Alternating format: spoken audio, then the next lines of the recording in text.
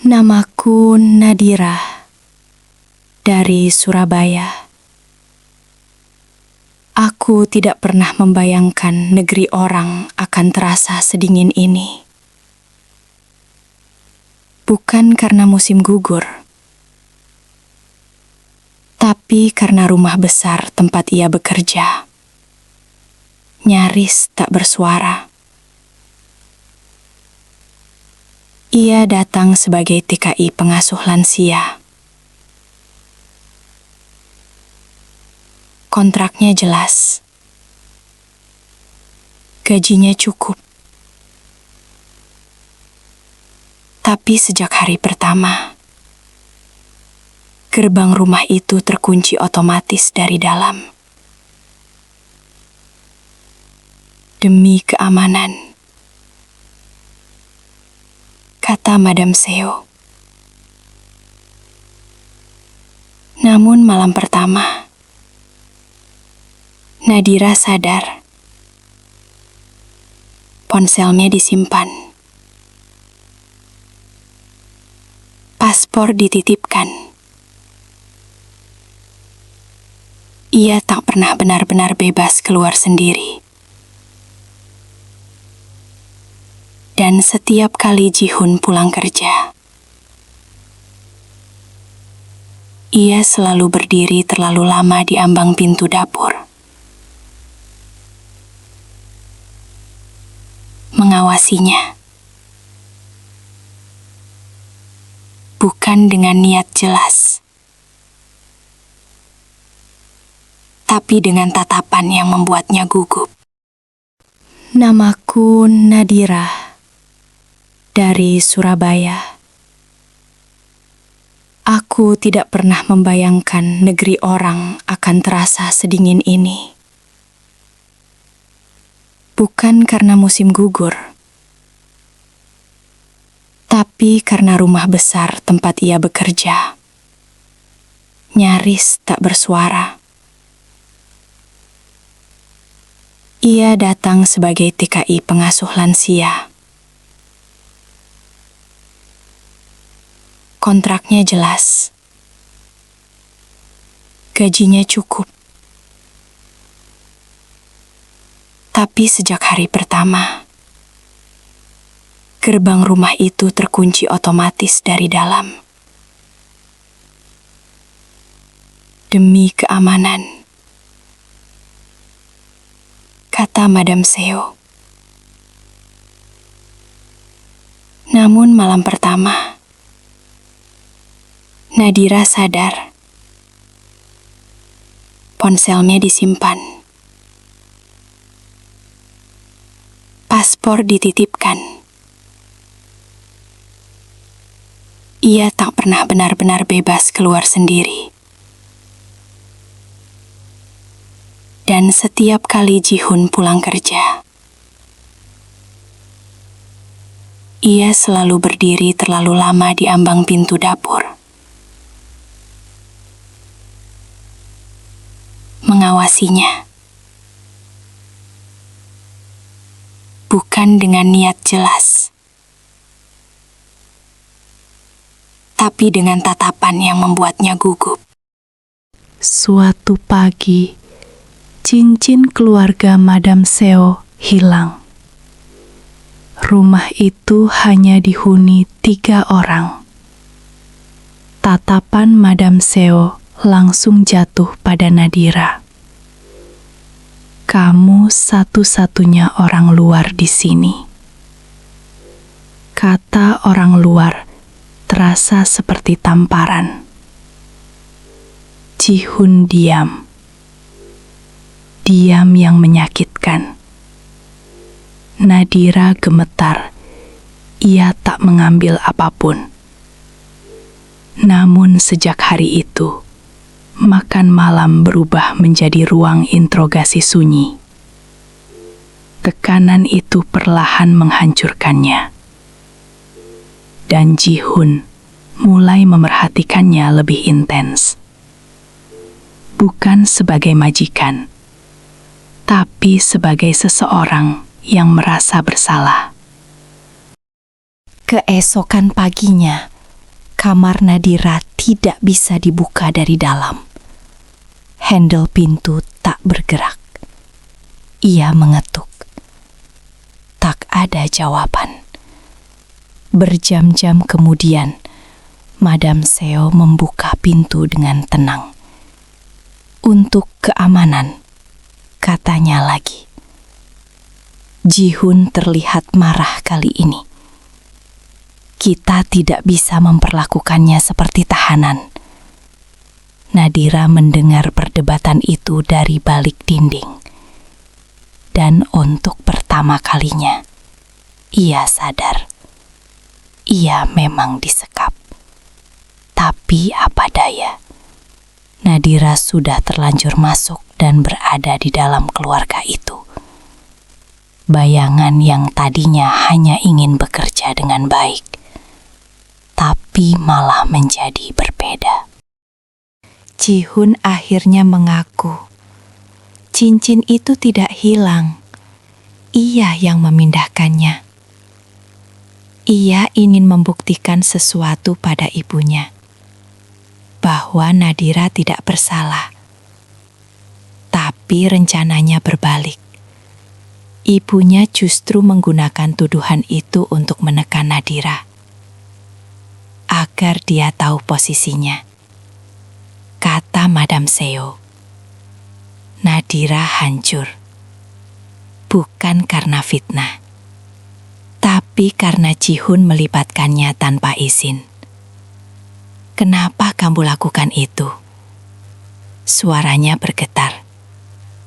Ji-hun menatapnya lama. Lalu Ji-hun memeluk Nadira. Aku ingin kamu tetap di sini. Jawaban itu lebih menakutkan dari tuduhan apapun. Apalagi Ji-hun yang tiba-tiba langsung memeluk. Bikin Nadira tambah ketakutan. Tapi sebagai janda, Nadira ada rasa yang berbeda saat dipeluk. Lalu Nadira kembali melepaskan pelukan Ji-hun. Ji-hun menahan. Tapi aku memaksa.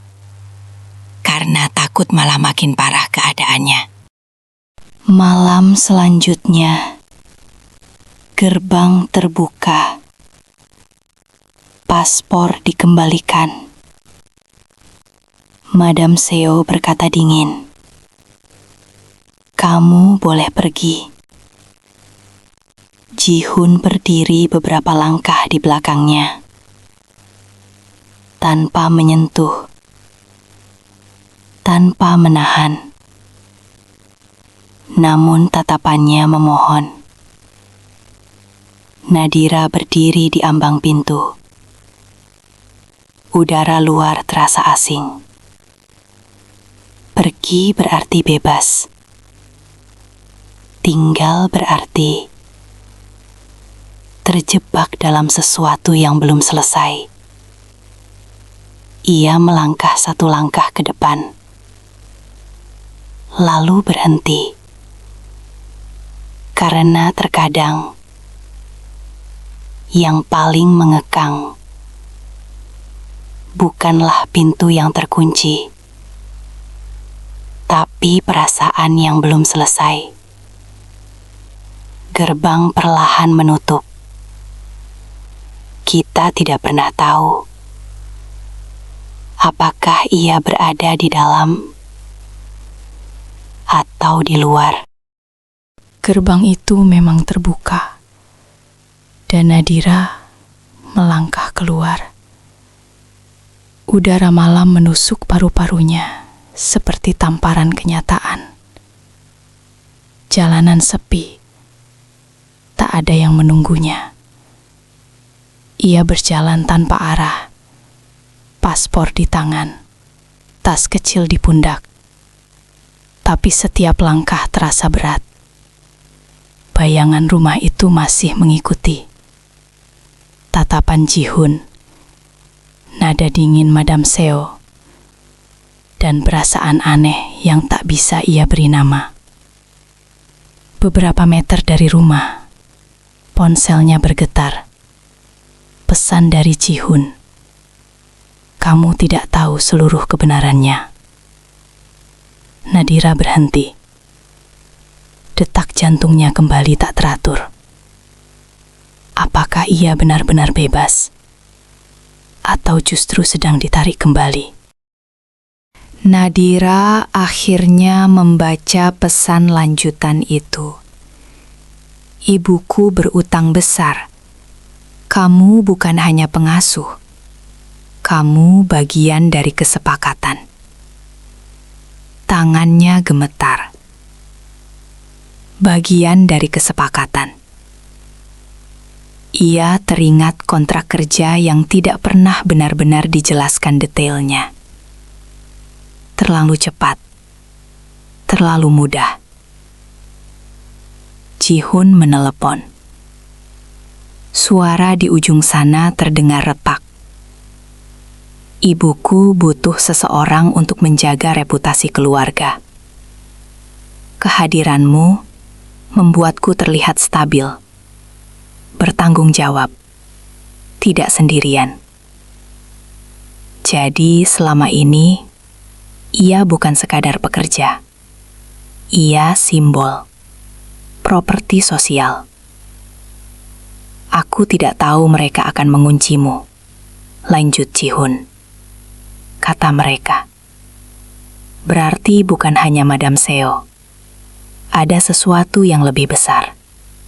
Tekanan keluarga, utang, nama baik. Nadira merasa dikhianati lagi. Tapi juga memahami sedikit. Itulah yang paling berbahaya. Ketika korban mulai memahami pelaku. Nadira kembali berdiri di depan rumah itu. Bukan karena dipaksa, tapi karena ia ingin jawaban. Madam Seo membuka pintu dengan ekspresi tak terkejut. Kamu kembali. Nada itu bukan tanya, itu kepastian. Nadira menatapnya, kali ini tanpa gemetar. Saya bukan bagian dari kesepakatan apapun. Suara itu kecil, tapi tegas. Ji-hun turun dari tangga. Untuk pertama kalinya, ia berdiri di samping Nadira, bukan di belakang ibunya. Ibu harus berhenti. Ketegangan memenuhi ruang. Reputasi, utang, kendali, semua bertabrakan dalam satu malam. Madam Seo menatap mereka bergantian, lalu tersenyum tipis. Kalian pikir dunia di luar lebih baik, tanpa perlindungan kami. Kalimat itu seperti jebakan psikologis terakhir. Nadira sadar. Rumah ini memang mengurung tubuhnya, tapi ketakutanlah yang hampir mengurung pikirannya. Ia menarik napas panjang, dan untuk pertama kalinya, ia memilih. Bukan karena cinta, bukan karena takut, tapi karena harga diri. Narasi menurun, gelap. Pintu itu akhirnya benar-benar tertutup. Namun kali ini, yang terkunci bukan Nadira, melainkan hubungan yang tak pernah sehat sejak awal. Apakah Ji-hun benar-benar akan melepaskannya? Atau justru akan mencari cara lain untuk mempertahankan kesepakatan itu? Kita belum tahu.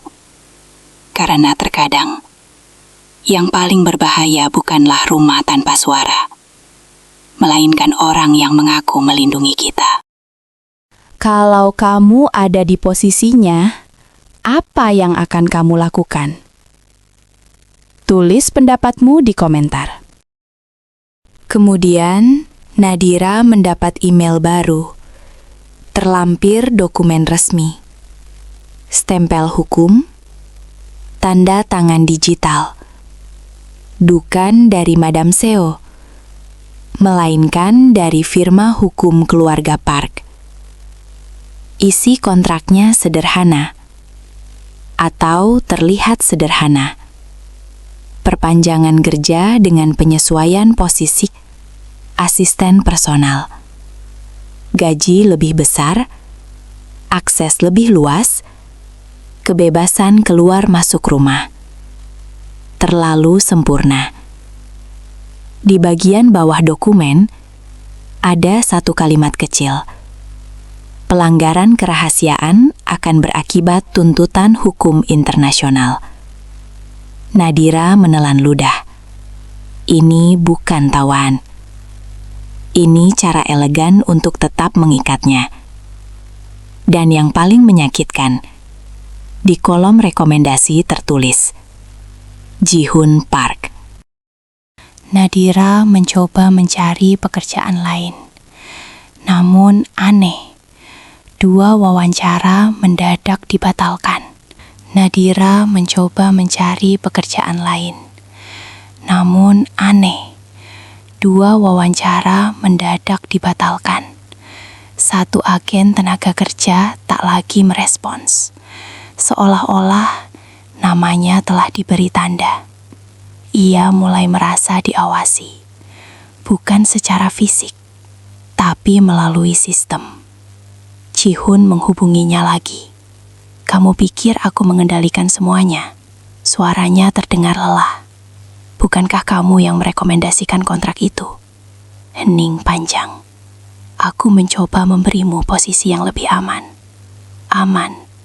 Kata itu kini terdengar seperti penjara yang lebih nyaman. Nadira sadar sesuatu.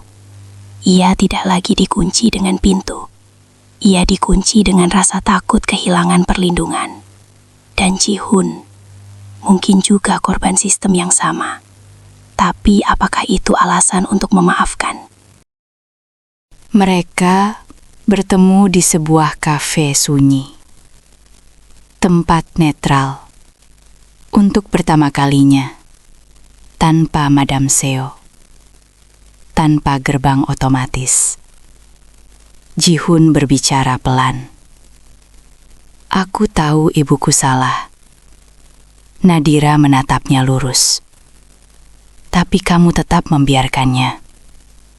Kalimat itu menembus. Ji-hoon mengaku tentang utang keluarga, tentang tekanan sosial, tentang ancaman kehilangan perusahaan. "Kehadiranmu membuat investor percaya keluargaku stabil, bahwa aku tidak bermasalah." Jadi benar, ia simbol kestabilan, bukan manusia. Nadira berdiri. "Kalau aku tanda kestabilanmu, kenapa kamu membuatku tidak stabil?" Ji-hoon tak mampu menjawab. Dan untuk pertama kalinya, rasa bersalah berpindah arah. Beberapa hari kemudian, sebuah berita kecil muncul di portal komunitas diaspora. Isu pelanggaran kontrak oleh pekerja asing. Tanpa nama, tapi detailnya terlalu mirip. Rumah mewah, cincin hilang, karyawan tidak profesional. Nadira tahu, ini peringatan. Madam Seo tidak menyerangnya langsung. Ia menyerang reputasi. Telepon dari Ji-hoon masuk lagi. "Aku tidak tahu soal berita itu." "Berhenti bilang kamu tidak tahu," potong Nadira. Nada suaranya kini berbeda. Tidak gemetar, tidak memohon. "Kalau kamu tidak tahu, berarti kamu tidak pernah benar-benar melindungiku." Kalimat itu membuat Ji-hoon terdiam lama. Karena mungkin itu benar. Nadira akhirnya menolak kontrak itu secara resmi. Ia mengirim email balasan. Singkat, profesional, dan tanpa emosi.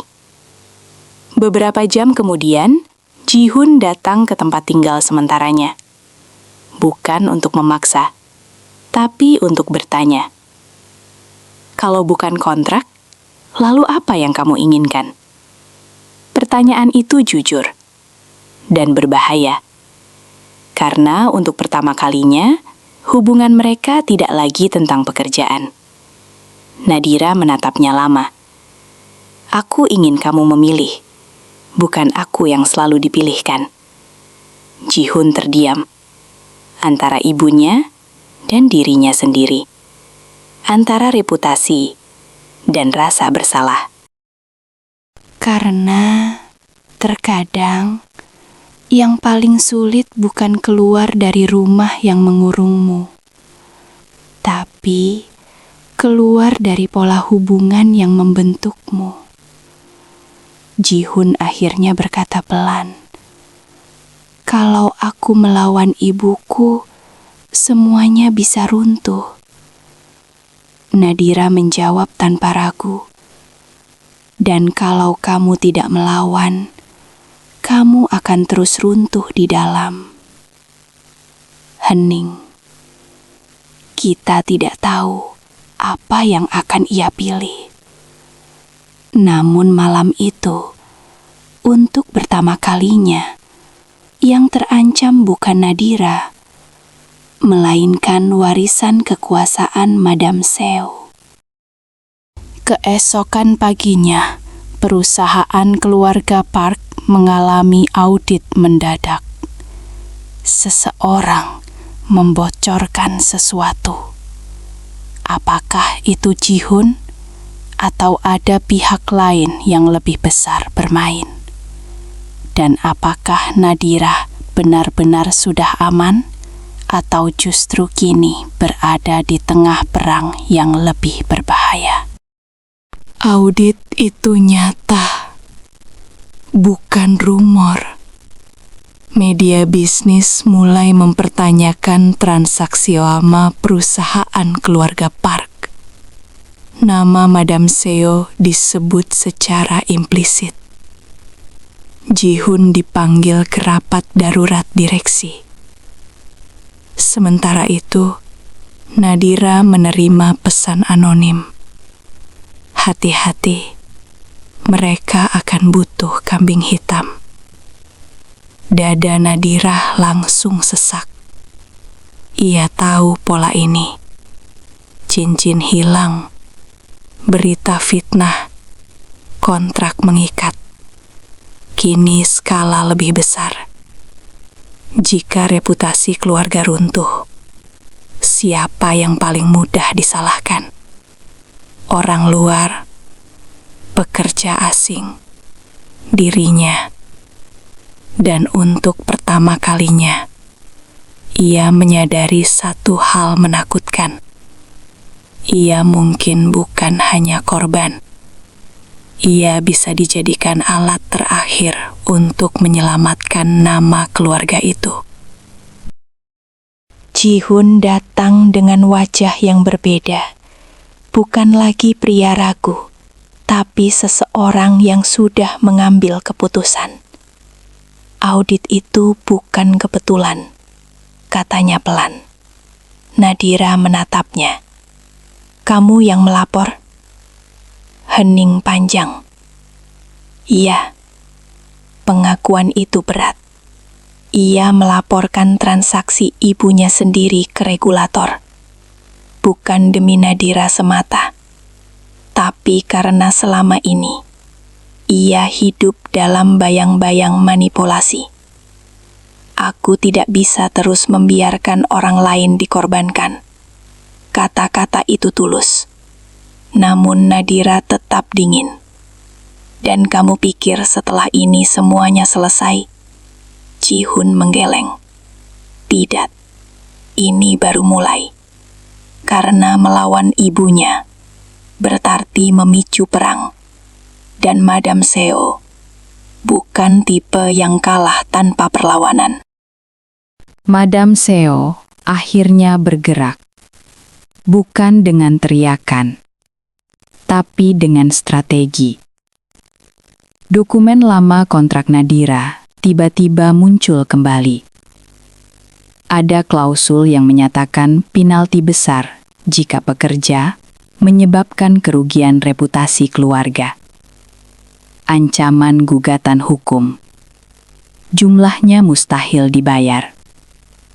Nadira membaca salinan itu dengan tangan gemetar. Ji-hun marah. Itu klausul manipulatif, tidak sah. Madam Seo hanya tersenyum tipis dalam pertemuan mereka. Kamu pikir dunia bisnis dibangun dari keadilan? Tatapannya pada Nadira tajam. Kamu datang ke negeri ini tanpa apa-apa. Siapa yang akan percaya padamu? Kalimat itu menusuk. Bukan karena salah, tapi karena selama ini Nadira memang merasa kecil. Namun kali ini, sesuatu berbeda. Ia tidak menunduk. Nadira membuat keputusan yang tak pernah ia bayangkan. Ia berbicara, bukan ke media sensasional, tapi ke organisasi perlindungan pekerja migran. Ia menceritakan semuanya. Tentang penguncian kamar, tentang paspor ditahan, tentang tekanan psikologis, bukti pesan, rekaman suara, salinan kontrak.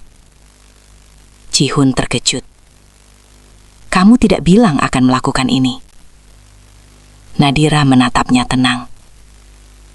Dulu aku selalu menunggu orang lain membelaku. Ia menarik napas panjang. Sekarang tidak.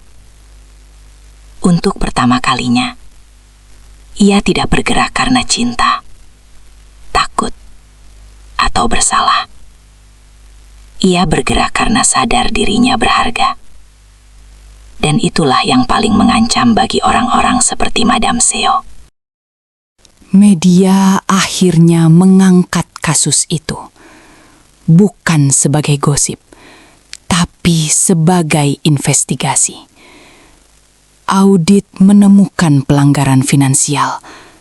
Kasus pekerja migran menambah tekanan publik. Harga saham perusahaan keluarga Park turun. Madam Seo berdiri di ruang tamu rumah besar itu. Untuk pertama kalinya, ia terlihat lelah. Ji-hun berdiri beberapa meter darinya, bukan sebagai anak kecil yang tunduk, tapi sebagai pria yang memilih jalannya sendiri. Nadira tidak lagi berada di dalam rumah itu. Ia menyaksikan semuanya dari jauh. Ironis, rumah yang dulu terasa seperti penjara, kini menjadi simbol keruntuhan kekuasaan. Namun, kemenangan tidak selalu terasa seperti kemenangan.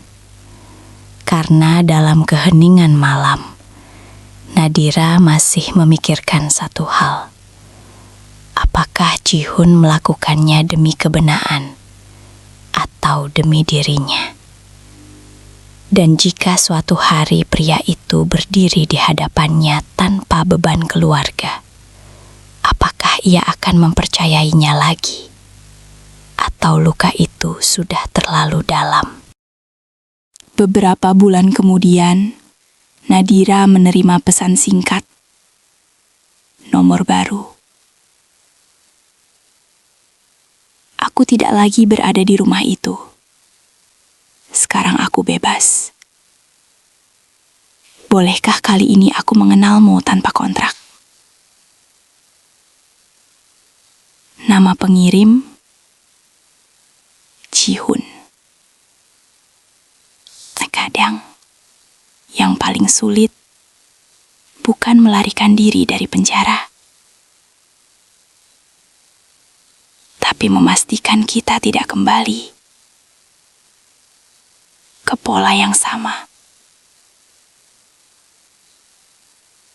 Kalau kamu ada di posisinya, apa yang akan kamu lakukan?